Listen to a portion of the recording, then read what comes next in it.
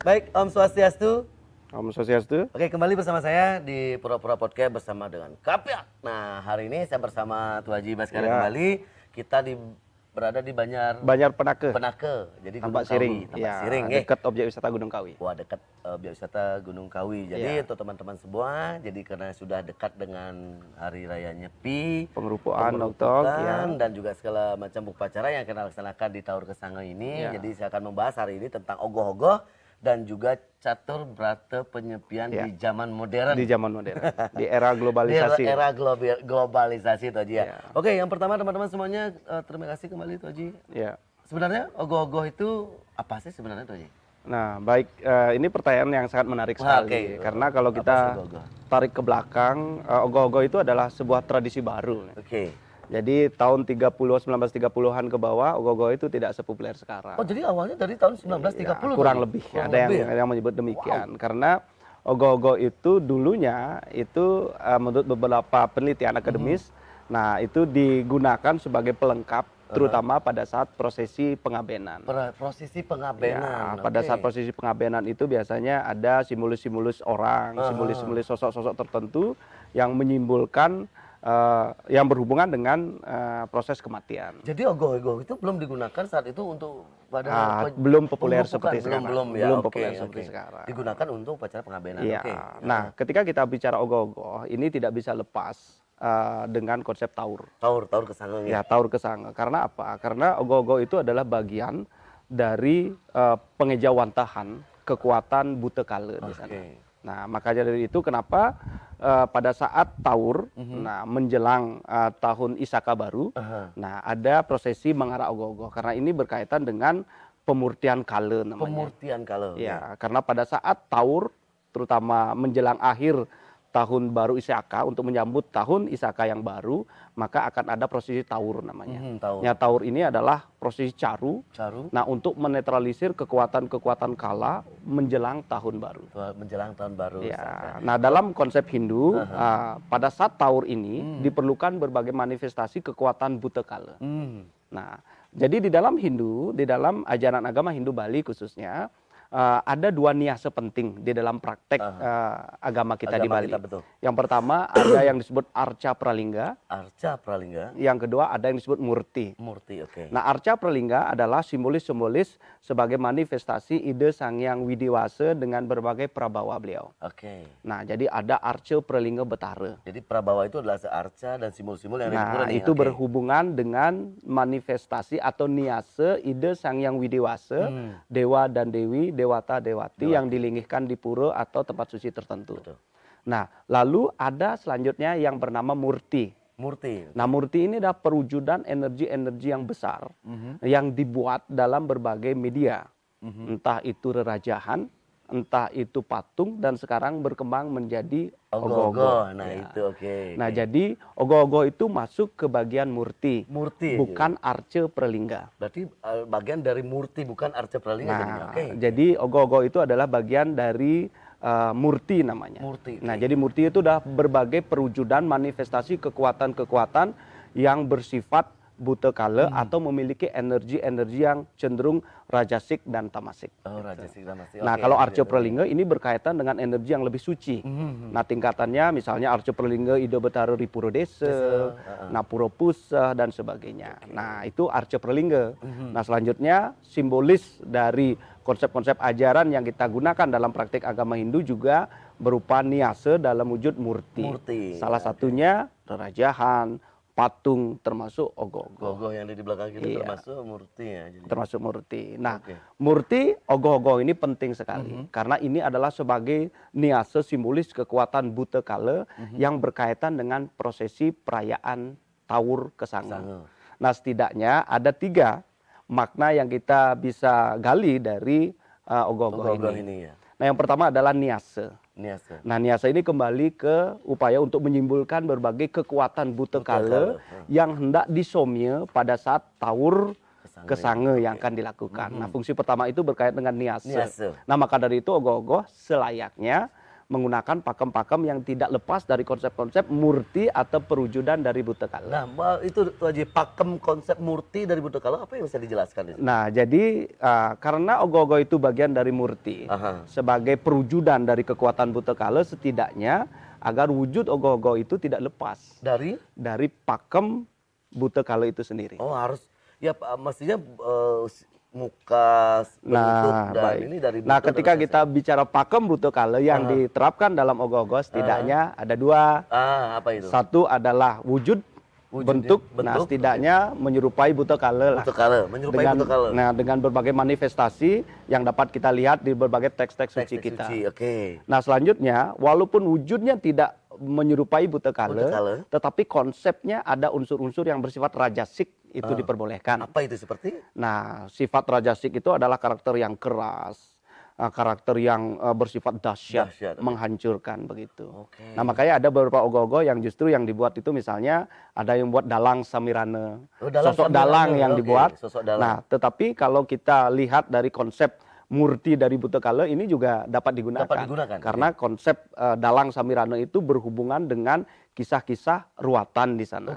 Nah, ini simbol rajasik di sana. Nah, karena apa? Karena pada saat konsep dalang samirana itu digunakan, maka ini juga berhubungan dengan konsep kala di sana.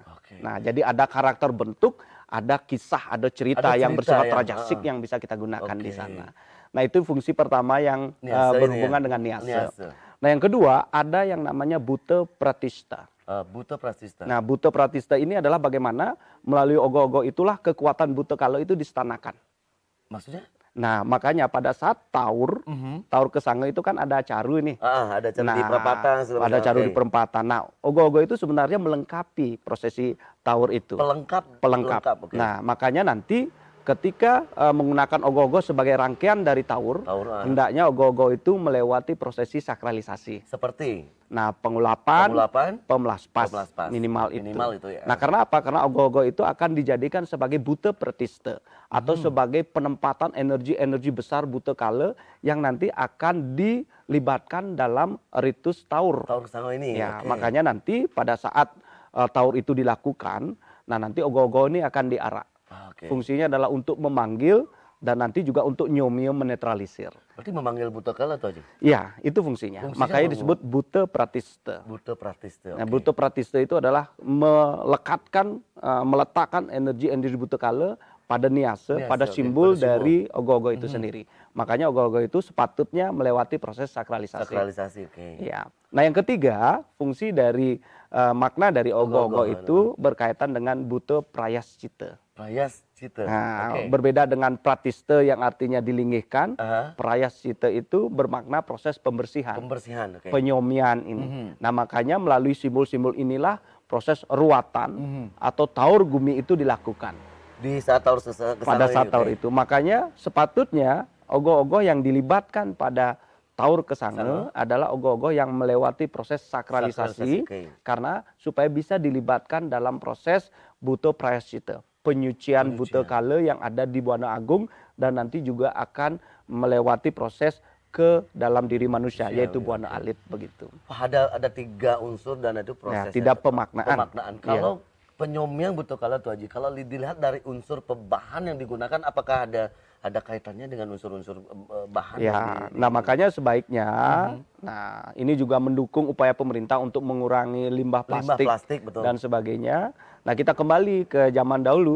Zaman dulu ogoh-ogoh itu dibuat dari berbagai bahan yang bersifat organik sekali. Karena apa? Supaya lebih mudah diproses oleh alam. Demikian. Kembali ke zaman dulu ya. Mungkin sekarang ogoh-ogoh yang kita lihat di teman-teman di rumah, kalau kalian lihat di Instagram, di sosial media itu sudah mulai kembali menggunakan ulat-ulatan, menggunakan bambu dan sebagainya.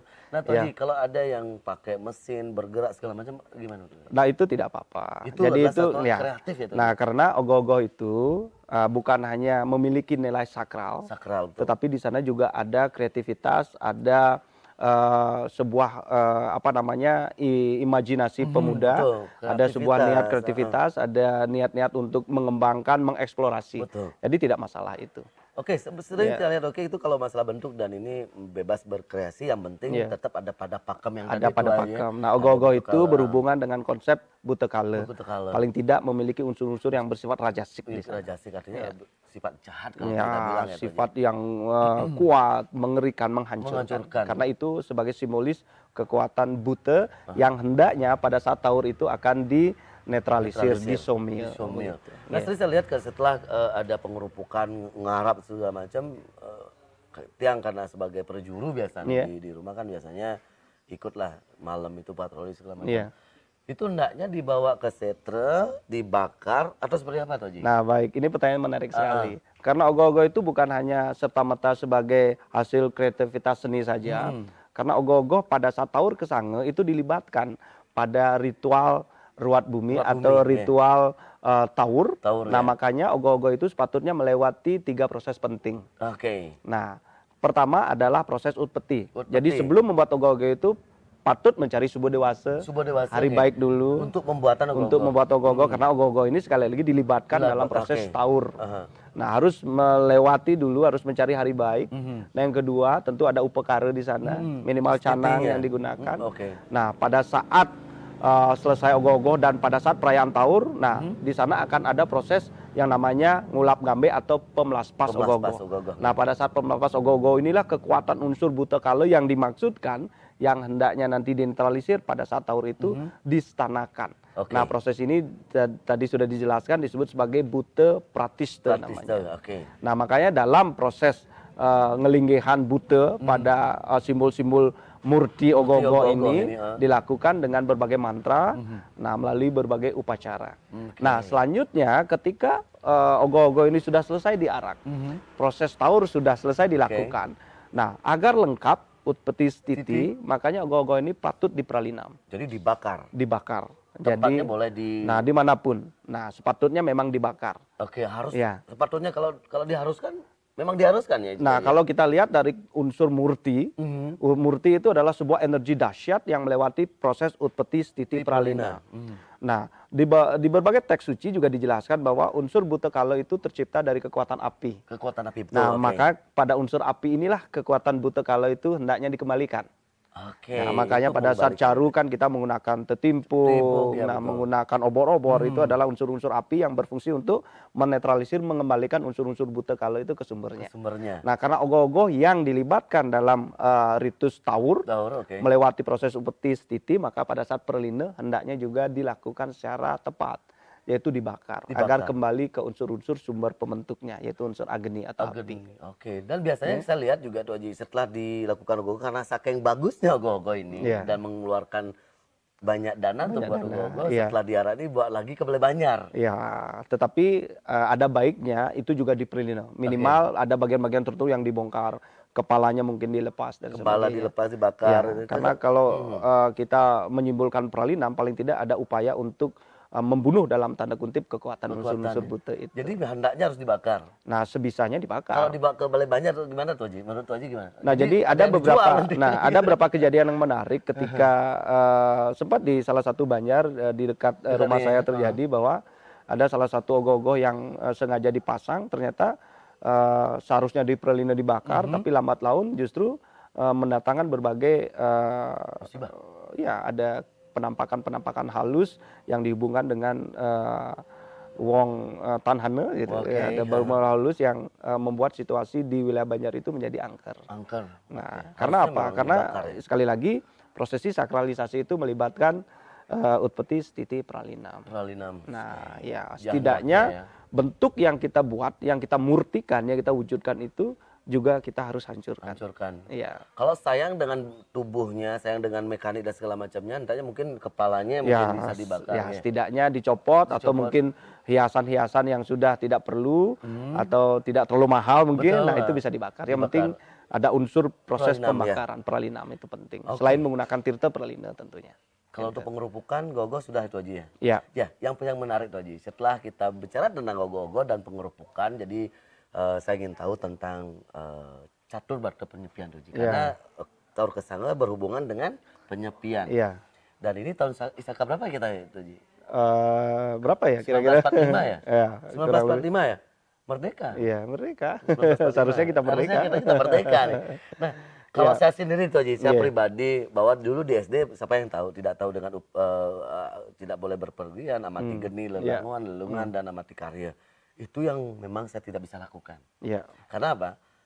Di masa penyepian inilah saya bertemu dengan saudara, bertemu dengan tetangga yang mungkin sudah lama tahun-tahunan saya tidak pernah bercengkrama. Akhirnya pada saat nyepi dia diam di rumah dan saat itulah saya pergunakan untuk ngobrol, untuk makan bersama, bahkan sampai minum bersama dan akhirnya punya di saat nyepi. Pasti ada yang ngerasa punya di saat nyepi Haji gitu. Betul Haji, salah nggak? Gimana caranya? Mungkin saya salah satu orang yang tidak taat dengan tata penyepian mungkin, tapi lambat laun saya mengerti tentang catur berata penyepian hingga saya hanya duduk di rumah, tetap makan, ya baca-baca, ya gitu aja. Menurut Haji, apa yang kita harus lakukan? Apa penilaian Haji di catur penyepian di saat dunia di era modern seperti ini. Nah, baik, jadi memang setelah prosesi taur ya. Nah, taur itu dimaknai sebagai upaya untuk menetralisir kekuatan energi besar. Setelah itu diadakan penyepian. Nah, nyepi itu banyak jenisnya. Ada nyepi desa, ada nyepi pasih, ada nyepi danu dan sebagainya. Nah, biasanya menjelang akhir tahun Isaka, menjelang tahun Isaka baru. Nah, berata penyepian ini dilakukan dengan skala besar sekali. Nah, jadi ketika kita bicara nyepi, ini adalah rerainan gumi. Nah, di Bali setiap rerainan gumi itu selalu diikuti dengan berata. Semua rerainan ada beratanya. Galungan ada beratanya, Saraswati misalkan. Pada Saraswati kita tidak boleh membaca buku ada beratanya juga. Pagarwasi, nah kita tidak boleh melakukan aktivitas yang berhubungan dengan sekolah pendidikan dan sebagainya. Nah, termasuk nyepi juga ada berata. Nah, makanya ada istilah catur berata penyepian. Setidaknya ada 4 berata yang kita wajib lakukan pada saat nyepi. Ada berata amati geni, kita tidak boleh menyalakan api. Yang kedua ada berata alelungan, kita tidak boleh berpergian keluar. Yang ketiga ada berata alelangwan. Nah, alelangwan ini berhubungan dengan pesta, dengan hura-hura dan sebagainya.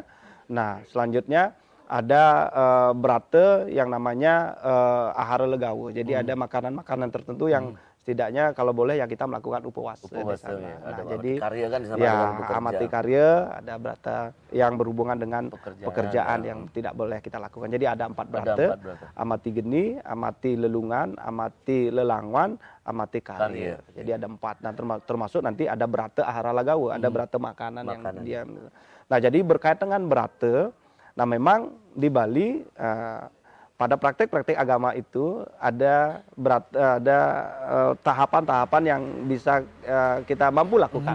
Jadi tidak semuanya mampu melakukan utamaning berata misalnya. Nah, kalau utamaning berata pada saat nyepi itu adalah benar-benar bisa melakukan keempat ini secara sempurna. Tidak menghidupkan api, nah tidak melakukan pekerjaan, tidak keluar rumah, tidak keluar pekarangan, bahkan dia bisa duduk diam di satu ruangan tertentu dan tidak melakukan aktivitas kerja apapun. Kalau ngomong amati geni itu Haji, berarti tidak menyalakan api, berarti dia tidak masak dan memang benar-benar tidak makan. Kalau yang mau utama ya. Nah, makanya pada saat itulah ahara legawa itu berata puasa itu juga penting. Nah, tetapi sekali lagi banyak yang tidak paham betul bahwa berata upawasa dalam pengendalian dalam bentuk makanan atau ahara legawa itu tidak semuanya harus tidak makan sama sekali selama 24 jam. Nah, jadi dalam teks ini berata dijelaskan setidaknya ada banyak jenis berata. Ada yang namanya matia hara. Amatia hara itu berasal dari kata mati itu artinya kosong. Selama 24 jam tidak makan sama sekali. Nah, selanjutnya ada yang palehara. Nah, ini hanya makan buah-buahan tertentu. Nah, palehara ini hanya makan buah-buahan tertentu. Nah, pale bungkah, pale gantung dan sebagainya begitu. Nah, jadi tidak semua berata itu dilakukan harus dengan puasa kosong sama sekali tidak makan. Jadi di Bali ketika kita bicara teks ini brata, terutama yang berhubungan dengan penyepian itu ada banyak sekali.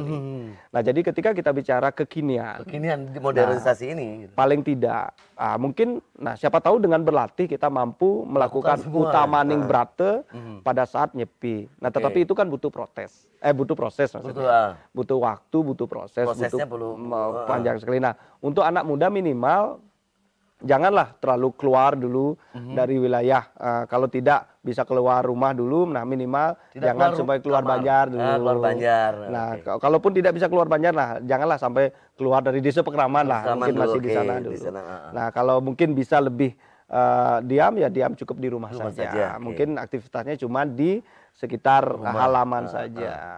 Nah, sekali lagi ini adalah upaya dan memang tidak akan semua orang bisa melakukan secara sempurna. Butuh proses, butuh pembelajaran juga. Nah, makanya ada istilahnya utamaning brata, madyaning brata, nistaning brata. Kalau utamaning brata dia mampu melakukan keempat brata itu sekaligus. Kalau madyanya? Nah, madyanya minimal. Nah, kalaupun dia tidak puasa kosong 24 jam, mungkin dia makan makanan jenis tertentu, mungkin dia hanya makan nasi putih saja. Berarti memberatanya daging gitu ya? Dia memberata daging, atau mungkin dia hanya makan umbi-umbi tertentu, atau palahara, selama itu dia melakukan brata itu. Jadi tidak harus benar-benar kosong sekali. Kalau nista? Nah, kalau nistanya ya paling tidak, kalaupun dia makan secukupnya, tidak berlebihan. Nah, dia makan seperlunya, dengan tidak mengkonsumsi zat-zat yang memang dilarang menurut agama Hindu begitu. Berarti setelah kita telusuri dari zaman modernisasi ini, catur brata penyepian itu memang kita bisa simpelkan seperti itu juga. Artinya kita bisa sesuaikan. Tidak harus dengan yang semua kan. Jadi nah, kalau memang bisa bagus sekali. Kalau memang bisa ya oke. Nah, tetapi kita kan manusia, kita butuh proses untuk itu. Betul, ya. Berlatih untuk itu. Pelan-pelan pasti bisa. Berarti bukan mengiyakan kamu melanggar kan sebenarnya. Semua butuh proses. Ya kalau melanggar sudah pasti salah. Iya. Sesuai dengan kita upayakan sesuai dengan kemampuan. Nah, kita tingkatkan itu setiap tahun. Siapa tahu kita bisa memperbaiki diri. Nah, apalagi nyepi itu kan sudah bahkan diakui oleh dunia sebagai salah satu upacara yang hanya ada di Bali, yang mampu membuat satu kali 24 jam stop semuanya, bahkan penerbangan. Iya, kalau dihitung bahkan pada saat nyepi itu bandara itu mengalami kerugian yang cukup besar sekali karena harus stop di sana. Bahkan di internasional sudah ada yang namanya World Silent Day. Nah, itu juga istilahnya mengkopi dari apa yang kita lakukan selama proses nyepi. Berarti duluan leluhur kita melakukan global warming ini ya maksudnya? Ya, setidaknya untuk mencegah global warming, untuk mengatasi global warming itu melalui prosesi brata saat penyepian. Oke, terakhir Tuh Haji, pertanyaan saya sebelum Tuh Haji menyampaikan sesuai untuk teman-teman yang di rumah. Tuh Haji, setelah nyepi di Ngembak Geni, apa yang harus kita lakukan di pagi hari begitu entik matahari Tuh Haji? Nah, jadi ada dua hal yang sepatutnya kita lakukan untuk memaknai Ngembak Geni. Nah, jadi rangkaian taur kita lakukan dengan benar-benar berekspresi sekali, beremosi, semangat. Dari awal, dari mungkin 2 bulan sebelumnya, pemuda sudah membuat ogoh-ogoh mengekspresikan Buta Kala itu, mewujudkan murti Buta Kala. Nah, pada saat taur, Buta Kala itu dinetralkan, disomya, dipralina, dibakar. Besoknya Buta Kala yang ada di dalam diri, nah dinetralkan melalui catur brata penyepian. Nah, selanjutnya besoknya, nah itu ada yang namanya Ngembak Geni. Ngembak Geni adalah salah satu bagian penting dalam brata. Nah, makanya setiap brata atau upawasa itu ada yang namanya ngelebar brata. Nah, pada saat Ngembak Geni, karena ada prosesi amati geni sebelumnya. Nah, pada saat Ngembak Geni ngembak itu artinya membuka atau mengawali. Geni ini bisa dimaknai sebagai cahaya, bisa kita maknai sebagai sesuatu yang baru. Nah, ini juga bisa kita maknai sebagai masa depan yang lebih baik. Oke, masa depan yang lebih baik. Karena apa? Karena ini adalah tahun baru menurut Hindu. Apa yang harus kita lakukan Tuh Haji kalau menurut Haji? Nah, sangat baik sekali kalau pada saat Ngembak Geni kita melakukan dengan melukat, membersihkan diri. Bersihkan diri. Nah, ke mana gitu? Nah, ke pantai, ke sumber-sumber air. Itu yang paling karena baik. kita menyongsong hari yang baru, tahun yang baru, dengan semangat baru. Dengan semangat baru dan masa depan yang akan kita yang baru, yang lebih baik. Ada tuh aja yang mau disampaikan dari penyepian dari ogoh-ogoh dan juga penyepian apa yang ada yang disampaikan? Nah, pertama berkaitan dengan ogoh-ogoh. Jadi ogoh-ogoh ini adalah kreativitas yang sangat penting sekali untuk generasi muda. Generasi muda bisa bahu-membahu untuk bergotong royong untuk membentuk sebuah kreativitas yang sangat bagus. Nah, tetap dilestarikan. Nah, tetapi juga tidak boleh lepas bahwa ogoh-ogoh itu adalah murti yang juga patut melewati proses sakralisasi. Dan juga bagaimana ogoh-ogoh itu diarak supaya memang sesuai dengan fungsinya untuk menetralisir berbagai kekuatan buta kala. Dan jangan sampai ada tindakan kejahatan, kekerasan pada saat ogoh-ogoh itu diarak. Nah, selanjutnya pada saat penyepian, nah mari kita lakukan berate sesuai dengan kemampuan kita. Tetapi tetap berlatih hingga bisa maksimal. Nantinya. Nah, jangan terus pada saat ngemak geni itu adalah momen kita secara niskala untuk memulai sesuatu yang baru di tahun Isaka yang baru ini. Nah, diawali dengan nunasice tentunya. Minimal dari Merajan, melukat di Merajan, nunas pengelukatan di Betara yang Guru, atau mungkin ada waktu silakan ke pantai, sumber-sumber air suci. Ya, kita awali tahun ini dengan semangat baru, dengan sauca, dengan pembersihan diri. Iya.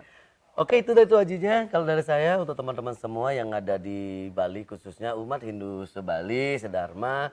Kami berdua dari Pura-Pura Podcast, saya dari Banjar Penake dan juga mewakil dari Peseraman Itu Haji yang di Gria Gunung Kawi mengucapkan selamat menyambut Hari Raya Nyepi. Tahun Isaka 1945 di tahun 2023. Semoga apa yang disampaikan Tuh Haji bisa kita laksanakan dengan damai. Semoga semuanya damai dan terima kasih untuk semuanya sudah nonton. Terima kasih untuk kuotanya, wifi-nya. Terima kasih untuk kuota yang mahal belinya. Kita ngobrol mungkin 20-30 menit. Ada 30 menit ya? 20 menit. Itu 26 menit itu mungkin kuotanya yang 2 giga per hari habis lah itu nonton kita ya. Terima kasih banyak. Semoga semuanya berbahagia. Semoga bisa damai dan damai selalu. Ingat, kita bukan menggurui, kita mengedukasi. Sama-sama belajar. Kita karena sama-sama belajar karena niatnya kita akan menjaga warisan adiluhur para pengelisir leluhur kita. Baik. Itu saja dari saya Kapier. Semoga semuanya sehat selalu, damai dan juga terima kasih. Kita tutup Permasandi Haji. Om Santi Santi Santi Om. Lia.